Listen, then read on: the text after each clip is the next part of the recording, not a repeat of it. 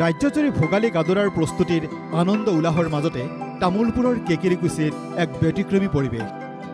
বিগত ২৬ বছৰে কেকিৰিকুছিত উদযাপন কৰা নাই ভোগালী বিহু। ১৯৯৮ চনৰ ১৩ জানুৱাৰীত আততায়ীৰ গুলীত কেকিৰিকুছিত প্ৰাণ গৈছিল ১৭ জনকৈ লোকৰ।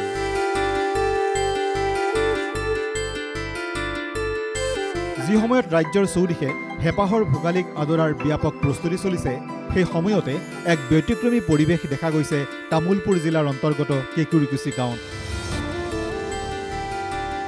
কিয়নো ১৯৯৮ চনৰ ১৩ জানুৱাৰীৰ উৰুকাৰ সেই অভিশপ্ত নিশা গাঁওখনত সংঘটিত হৈছিল এক নাৰকীয় হত্যাকাণ্ড।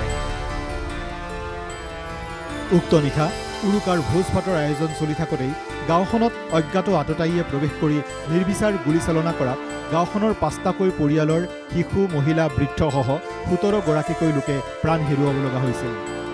সেই দিন ধৰি আজিলৈকে কেকিৰিকুছি গাঁৱৰ ৰাইজে পালন কৰা নাই ভোগালী বিহু।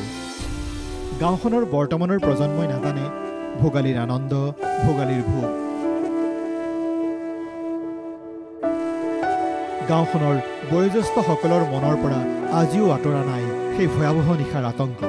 ১৯৯৮ চনৰ ১৩ জানুৱাৰীৰ নিশা ৮ বজাৰ পৰা ৮:১৫ ভিতৰত উগ্ৰপন্থীয়ে আমি ওচৰা ওচৰি তিনিটা পৰিয়ালৰ ১৫ জন আৰু দুটা অলপ দূৰৰ পৰিয়ালৰ 2জন সমুদায় ১৭ জন মানুহক নিৰ্বিচাৰে গুলী বৰ্ষণ কৰি হত্যা কৰি থৈ যায়। সেই সময়ত আমি তেতিয়া ডেকাই আছিলোঁ, এতিয়া হৈছোঁ বৃদ্ধ হৈছোঁ। আমি মেজি বনোৱা, মেজিৰ ওচৰত খানা খোৱা, খাই জ্বলোৱা, এইবিলাক কামতে আমি ব্যস্ত আছিলোঁ। সেই সময়ত ঘৰত যিখিনি মানুহ আছে, শিশুই হওক, বৃদ্ধই হওক, মহিলাই হওক, যুৱতীয়ে হওক, সকলোকে গুলী কৰি হত্যা কৰি থৈ যায়।